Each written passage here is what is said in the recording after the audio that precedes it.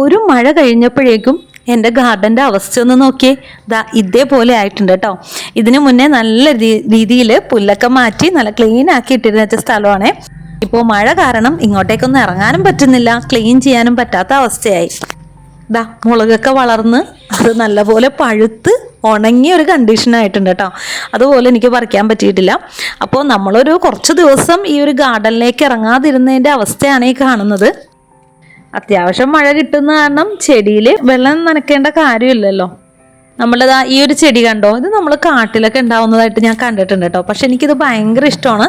അതുകൊണ്ട് ഞാൻ ഇതിൻ്റെ ഒരു തണ്ട് കൊണ്ടുവന്ന് നട്ടതാണ് കേട്ടോ. നല്ല രീതിക്ക് തന്നെ എനിക്ക് പിടിച്ച് കിട്ടിയിട്ടുണ്ട്. ഇത് കണ്ടിട്ടുണ്ടാവില്ലേ, ഇതേപോലെ നല്ലൊരു പിങ്ക് കളറിലെ പൂക്കളാണ് കേട്ടോ അതിലുണ്ടാവുന്നത്. ഇത് ഭയങ്കരമായിട്ട് പടർന്നു പോയിട്ടുണ്ട്. ഞാൻ ഇങ്ങോട്ടേക്ക് കയറ് കെട്ടിക്കൊടുത്ത് അങ്ങോട്ട് പടർത്താൻ വേണ്ടിയാണ് വെച്ചത്. പക്ഷേ ഇത് ഓപ്പോസിറ്റ് സൈഡിലേക്കാണ് കേട്ടോ പടർന്നു പോകുന്നത്. ഇനിയിപ്പോൾ എന്തായാലും ഇതൊക്കെ ഒന്ന് കെട്ടി കൊടുക്കണം. ഇതിൻ്റെ പൂക്കൾ കണ്ടതാ കുഞ്ഞ് നല്ല ഭംഗിയാണ് കേട്ടോ കാണാനായിട്ട്. നല്ലൊരു പിങ്ക് കളറാണ് കേട്ടോ. എനിക്ക് ഇതിൻ്റെ ഭംഗി കണ്ട് ഇഷ്ടമായിട്ട് ഞാൻ കൊണ്ടുവന്ന് നട്ടാണ്. ഇതിൻ്റെ കൂട്ടത്തിൽ തന്നെ വൈറ്റും നട്ടിട്ടുണ്ട് കേട്ടോ. വൈറ്റ് പിടിച്ചു വരുന്നതേ ഉള്ളൂ. ചെമ്പരത്തി തൊട്ടപ്പോഴേക്കും ഇങ്ങോട്ട് പോന്നു കേട്ടോ. ആടിയിട്ടൊന്നുമില്ല, പക്ഷേ ഒരു ദിവസത്തെ ആയുസേ ഉള്ളൂ അല്ലേ. കണ്ടോ എന്ത് ഭംഗിയാ കാണാനായിട്ട്. പക്ഷേ അത് കഴിഞ്ഞു. എങ്കിലും നിറച്ച് മുട്ടുകളും കാര്യങ്ങളൊക്കെ ഉണ്ട് കേട്ടോ. അപ്പോൾ അങ്ങനെ നോക്കി വന്നപ്പോഴാണ് കേട്ടോ ഇതിൽ ചെറുതായിട്ടൊരു ഫ്ലവറൊക്കെ വരുന്നുണ്ടേ. അപ്പോൾ ഞാൻ ഭയങ്കര ആഗ്രഹിച്ച് നട്ടതാണ് കേട്ടോ. നല്ല ഭംഗിയാണല്ലോ ഈ ഒരു പ്ലാന്റ്, ലീഫിന് കാണാൻ നല്ല ഭംഗിയാണല്ലോ. അപ്പം അങ്ങനെ കൊണ്ടുവന്ന് നട്ടാണ് കേട്ടോ. അപ്പോൾ അതിൽ നല്ലൊരു ഫ്ലവറൊക്കെ ഉണ്ടായിട്ടുണ്ട്. അപ്പോൾ ഞാൻ ഇപ്പോഴാണ് കേട്ടോ അത് കാണുന്നത്. അപ്പോൾ ഞാൻ ഈ ഗാർഡനിലേക്ക് വന്നതിൻ്റെ ഉദ്ദേശം വേറെയാണ് കേട്ടോ. നമ്മളുടെ പൊന്നാങ്കണ്ണി ചീര കണ്ടോ, ഇവിടെ നട്ടിട്ടുണ്ടായിരുന്നേ. ഇവിടെ മാത്രമല്ല കേട്ടോ, നിറച്ചുണ്ടായിരുന്നു. ഞാൻ പച്ചക്കറി കറി വെക്കുമ്പോൾ എടുക്കാറൊക്കെ ഉണ്ടായിരുന്നു കേട്ടോ. പിന്നെ ഇടയ്ക്ക് വെച്ചിട്ട് എൻ്റെ കയ്യിൽ നിന്ന് അതൊക്കെ പോയി. എങ്കിലും ഞാൻ ഈ നിലത്ത് നട്ടുവെച്ച കുറച്ച് പൊന്നാങ്കണ്ണി ചീരയുണ്ട്. അപ്പം നമുക്കിതൊക്കെ ഒന്ന് പറിച്ചിട്ട് നമ്മുടെ ചെടിച്ചട്ടിയിലേക്ക് മാറ്റി കൊടുക്കാം. അതായത് മുന്നത്തെ പോലെ തന്നെ നമുക്കിതൊന്ന് കൃഷി ചെയ്ത് തുടങ്ങാം. കാരണം ഇനിയിപ്പോൾ സ്കൂളൊക്കെ തുറക്കാൻ പോവാണല്ലോ. ഇപ്പോൾ കുട്ടികൾക്ക് സ്കൂളിൽ പോകുന്ന സമയത്തൊക്കെ ഇതൊക്കെ തേങ്ങയിട്ട് ചിക്കിയിട്ടൊക്കെയാണ് കേട്ടോ ഞാൻ കൊടുക്കാറ്. കുട്ടികൾക്ക് ഇഷ്ടമാണ്. അപ്പോൾ ഇതൊക്കെ ഒന്ന് നട്ട് പിടിപ്പിച്ച് നമുക്ക് പഴയ പോലെ ഒന്ന് ആക്കിയെടുക്കാം. പൊന്നാങ്കണ്ണി ചീരയെക്കുറിച്ച് എല്ലാവർക്കും അറിയാലേ. നമ്മുടെ കണ്ണിന് പൊന്നിൻ്റെ തിളക്കം നൽകുന്ന ചീര എന്നാണ് ഇതിൻ്റെ അർത്ഥം. കണ്ണിലുണ്ടാകുന്ന എല്ലാ അസുഖങ്ങൾക്കും പ്രതിവിധിയായിട്ടാണ് കേട്ടോ ഈ ഒരു പൊന്നാങ്കണ്ണി ചീരയെ അറിയപ്പെടുന്നത്. അപ്പം ഞാൻ ഇവിടെ നിന്ന് ഇത്രയും പറിച്ചെടുത്തിട്ടുണ്ട്. ഇനിയിപ്പോൾ ആ സൈഡിൽ എവിടെയെങ്കിലും നിൽക്കുന്നുണ്ടോ എന്നൊന്ന് നോക്കണം. കാരണം അവിടെ ഇവിടെയൊക്കെ ഞാൻ നട്ടു വെച്ചിട്ടുണ്ടായിരുന്നേ. അപ്പോൾ ഇവിടെയും ഒരു തണ്ട് നിൽക്കുന്നത് കണ്ടോ. അപ്പോൾ അതൊന്ന് പറിച്ചെടുക്കണം. വെയിൽ നന്നായിട്ട് കൊള്ളുന്നിടത്താണ് കേട്ടോ ഈ ഒരു റെഡ് കളർ വരുന്നത്. പൊന്നാങ്കണ്ണി ചീര 2 കളറിലുണ്ടെന്നാണ് കേട്ടോ പറയുന്നത്. ഇവിടെ ഉള്ളത് ചുവന്ന കളറിലെയാണ് കേട്ടോ. ഇത് നമ്മുടെ കണ്ണിന് മാത്രമല്ല മുടി വളരാനും ഒക്കെ വളരെ നല്ലതാണ് കേട്ടോ. നോക്കിയേ, ഈ ഒരു ചെടികളുടെ ഇടയിലൊക്കെ നിറച്ച് പുല്ല് പിടിച്ച് കിടക്കുകയാണ് കേട്ടോ. ഇവിടെ ഏറ്റവും കൂടുതൽ കിടന്ന് മുളക്കുന്ന എന്താന്ന് വെച്ച് കഴിഞ്ഞാൽ കപ്പയാണേ. പിന്നെ നോക്കിയേ, ചീര ഇന്റർലോക്ക് കട്ടയുടെ സൈഡിൽ അങ്ങനെ അങ്ങോട്ട് മുളച്ചു വന്നാണ് കേട്ടോ. കേട്ടോ ആ ഒരു ചെറിയൊരു ഗ്യാപ്പിലാണ് അത് നിൽക്കുന്നത്. ഇവിടെ മാത്രമല്ല കേട്ടോ.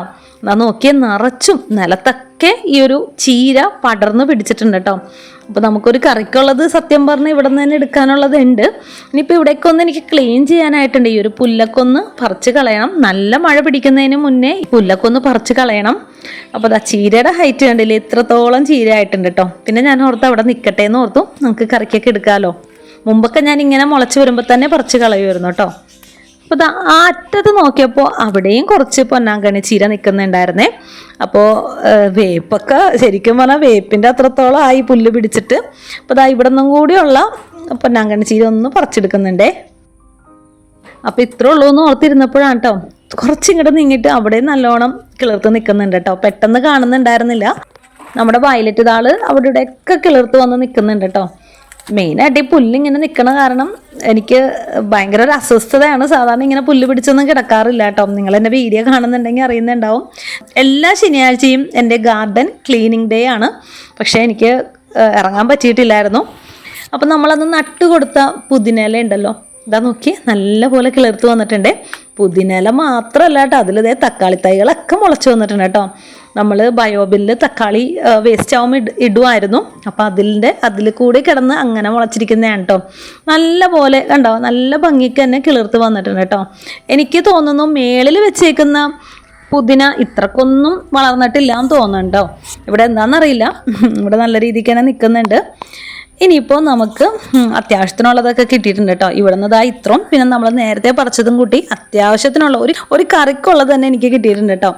എങ്കിലും നമുക്കിതൊക്കെ ഒന്ന് നട്ട് കൊടുക്കാം. അപ്പം ഞാൻ ആവശ്യമുള്ള സാധനങ്ങളൊക്കെ ഒന്ന് എടുക്കട്ടെ കേട്ടോ. ഇവിടെ ആവശ്യമില്ലാണ്ട് ചെറിയൊരു ട്രേ കിടക്കുന്നുണ്ടായിരുന്നേ. അപ്പോൾ സൈഡൊക്കെ ചെറുതായിട്ടൊക്കെ പൊട്ടിയതാണ് കേട്ടോ.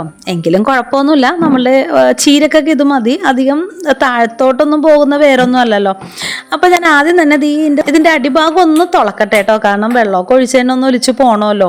അപ്പം ഞാൻ ഇവിടെ ചെയ്യുന്നത് എങ്ങനെയാണെന്ന് വെച്ച് കഴിഞ്ഞാൽ പപ്പടം കുത്തി ഒന്ന് ചൂടാക്കിയിട്ട് അതൊന്ന് കുത്തി കൊടുക്കുകയാണ് കേട്ടോ. ആവശ്യത്തിന് ഗ്യാപ്പൊക്കെ ഒന്ന് ഇട്ട് കൊടുക്കുന്നുണ്ട് വെള്ളം പോവാനായിട്ട്. വൈറ്റമിൻ എ നന്നായിട്ട് അടങ്ങിയിരിക്കുന്ന ചീരയാണ് കേട്ടോ ഇത്. അതുകൊണ്ട് തന്നെ കണ്ണിൻ്റെ കാഴ്ചയ്ക്കൊക്കെ വളരെ നല്ലതാണ്. കുട്ടികൾ കഴിക്കുന്ന ഭക്ഷണത്തിൽ ഇത് ഉൾപ്പെടുത്തുകയാണെങ്കിൽ അവരുടെ കണ്ണിനും നല്ലതാണ്, പ്രത്യേകിച്ച് ഈ ഒരു കാലഘട്ടത്തിൽ. ഓംലെറ്റ് ഉണ്ടാക്കുമ്പോൾ അതിൻ്റെ കൂട്ടത്തിലൊക്കെ ചേർത്ത് കൊടുക്കാവുന്നതാണ് കേട്ടോ. മുടികൊഴിച്ചിൽ മാറാനും അകാല നര തടയാനും ഒക്കെ പൊന്നാങ്കണ്ണി ചീര ഫലപ്രദമായി ഉപയോഗിച്ചു വരുന്നു. അതേപോലെ തന്നെ ഇതിൻ്റെ നീരെടുത്ത് വെളിച്ചെണ്ണയിൽ കാച്ചി തലയിൽ പുരട്ടുകയാണെങ്കിൽ മുടി നല്ല ഉള്ളോടെയും നല്ല കറുപ്പോടെയും വളരാനായിട്ട് സഹായിക്കുന്നുണ്ട്. പല ആയുർവേദ എണ്ണകളിലും ഇത് ഉപയോഗിക്കുന്നുണ്ട് കേട്ടോ. ഇതിൽ കലോറി വളരെ കുറവാണ്, മാത്രമല്ല ഫൈബർ നല്ലപോലെ അടങ്ങിയിട്ടുണ്ട്. അപ്പോൾ വെയിറ്റ് കുറക്കാനൊക്കെ ആഗ്രഹിക്കുന്നവർ ഇത് നമ്മുടെ ഭക്ഷണത്തിൽ ഉൾപ്പെടുത്തുകയാണെങ്കിൽ വളരെ നല്ലതാണ് കേട്ടോ. വയറ് സംബന്ധമായിട്ടുള്ള അസുഖങ്ങൾക്കും ലിവറിൻ്റെ ആരോഗ്യത്തിനും വളരെ ഉപയോഗപ്രദമായ ഒരു ചീര തന്നെയാണിത്. അപ്പം ഞാൻ അത്രത്തോളം തുളച്ചൊക്കെ എടുത്തിട്ടുണ്ട് കേട്ടോ. ഇനിയിപ്പോൾ നമ്മളുടെ ഈ ഒരു ബയോബിൻ മാറ്റേണ്ട സമയമായി. കാരണം ഇത് നിറഞ്ഞു കേട്ടോ.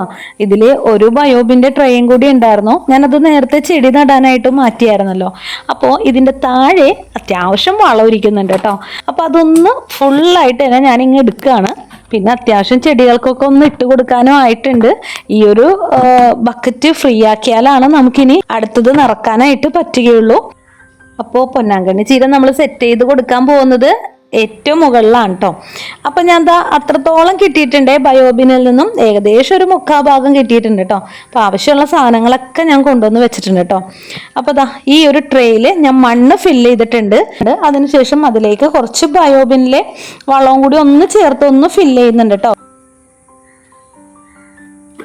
കുറച്ചും കൂടി ഒന്ന് മണ്ണൊന്ന് ഫില്ല് ചെയ്ത് കൊടുക്കുന്നുണ്ട് കേട്ടോ. നമ്മളെപ്പോഴും ചേർക്കാറുള്ള എല്ലുപൊടിയും വേപ്പിൻ പിണ്ണാക്കും കപ്പലണ്ടി പിണ്ണാക്കും ഒക്കെ മിക്സ് ചെയ്തിട്ട് അതും കൂടി ഒന്ന് ചേർത്ത് കൊടുക്കുന്നുണ്ടേ.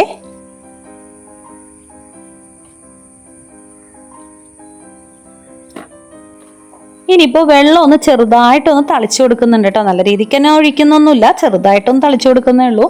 നമ്മൾ നട്ട് കൊടുക്കുമ്പോൾ പെട്ടെന്നൊന്ന് നട്ട് കൊടുക്കാൻ വേണ്ടിയാണ് കേട്ടോ. പിന്നെ മണ്ണൊക്കെ ഒന്ന് സെറ്റ് ആവാൻ കൂടിയാണേ. ഇനിയിപ്പോൾ നമുക്ക് ഓരോന്നോരോന്നായിട്ട് നട്ട് തുടങ്ങാം. ഇതിൽ അത്യാവശ്യം വേരൊക്കെ ഉണ്ട് കേട്ടോ. അപ്പോൾ അധികം വലുതാണെന്നുണ്ടെങ്കിൽ അതൊന്ന് ഞാൻ കട്ട് ചെയ്തെടുക്കുന്നുണ്ട്. എന്നിട്ട് 2 ആക്കിയിട്ടാണ് നട്ട് കൊടുക്കുന്നത്. നമ്മൾക്ക് പുറത്തുനിന്ന് പൊന്നാങ്കണ്ണി ചീര വാങ്ങിക്കാൻ കിട്ടും, പക്ഷെ അതിലൊക്കെ കെമിക്കലൊക്കെ ചേർത്തിട്ട് വരുന്നതായിരിക്കും. പക്ഷെ ഇതെന്ന് വെച്ച് കഴിഞ്ഞാൽ നമ്മളുടെ വീട്ടിൽ തന്നെ നമ്മളുടെ ബയോബിനിലെ വളവും ഒക്കെ ചേർത്ത് ഉണ്ടാക്കുന്നത് കൊണ്ട് നമുക്ക് ധൈര്യമായിട്ട് തന്നെ കുട്ടികൾക്ക് കൊടുക്കാനും നമുക്ക് കഴിക്കാനും ഒക്കെ സാധിക്കും കേട്ടോ. കുട്ടികൾക്ക് പഠനത്തിൽ ശ്രദ്ധ കിട്ടാനും ഓർമ്മശക്തി വർദ്ധിപ്പിക്കാനും പൊന്നാങ്കണ്ണി ചീര നമ്മളുടെ ഡയറ്റിൽ ഉൾപ്പെടുത്തുന്നത് തീർച്ചയായിട്ടും നല്ലതാണ് കേട്ടോ. ഇതിൽ കാൽസ്യം നല്ലപോലെ അടങ്ങിയിരിക്കുന്നതുകൊണ്ട് ആഴ്ചയിൽ 2 ദിവസം എന്തായാലും കഴിക്കുന്നത് നല്ലതാണ് കേട്ടോ. അത് തോരനായിട്ടോ സൂപ്പായിട്ടോ നമുക്ക് ഇഷ്ടമുള്ള പോലെ കഴിക്കാവുന്നതാണ്. അതേപോലെ ബ്ലഡ് കുറവുള്ളവർക്കും ഇത് വളരെ നല്ലതാണ് കേട്ടോ. ശരീരത്തിൽ ഹീമോഗ്ലോബിൻ്റെ അളവ് കൂട്ടാൻ ഇത് നന്നായിട്ട് സഹായിക്കുന്നുണ്ട്.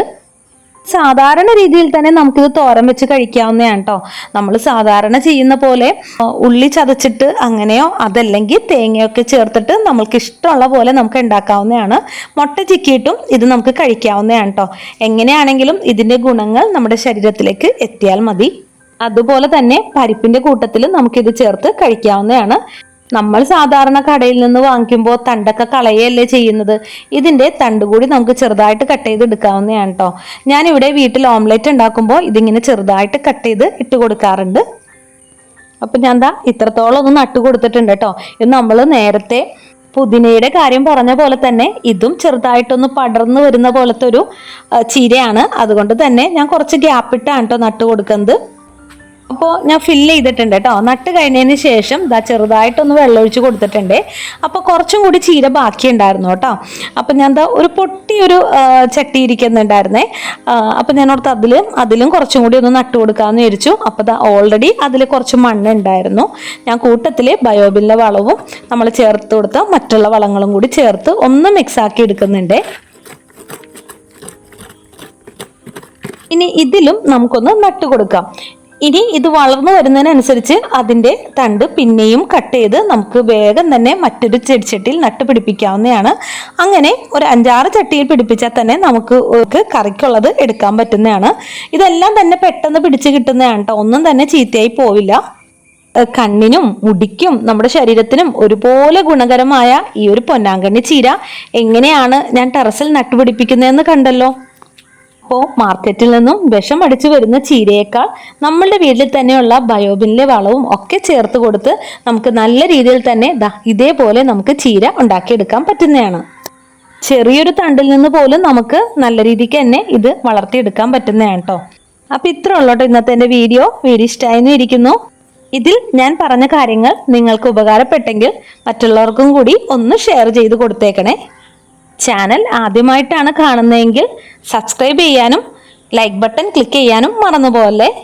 നിങ്ങളുടെ സപ്പോർട്ടാണ് എൻ്റെ ഏറ്റവും വലിയ സന്തോഷം.